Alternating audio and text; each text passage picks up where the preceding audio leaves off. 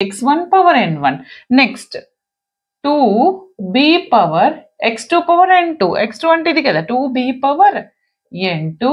Next minus 3c power, ఎందుకని a plus b plus c ఉన్నప్పుడు చెప్పాను కదా, అప్పుడు ఇది minus 3c power ఎంతండి n3 తెలియదు కదా n3. Next 2d power n4 and next and last one is x.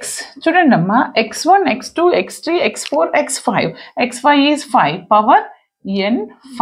ఇప్పుడు నేను దీన్ని సింప్లిఫై చేస్తే ఫస్ట్ ఆఫ్ ఆల్ మనకి ఈ కోఎఫిషియంట్ వాల్యూ a²b³ c²d³ రావాలంటే first find these unknown values. Okay, ప్రతి ప్రాబ్లం ఇలానే చేయాల్సి ఉంటుంది. ఇప్పుడు నేను ఈ అన్నోన్ వాల్యూస్ సాల్వ్ చేయాలంటే మీకు ఇక్కడ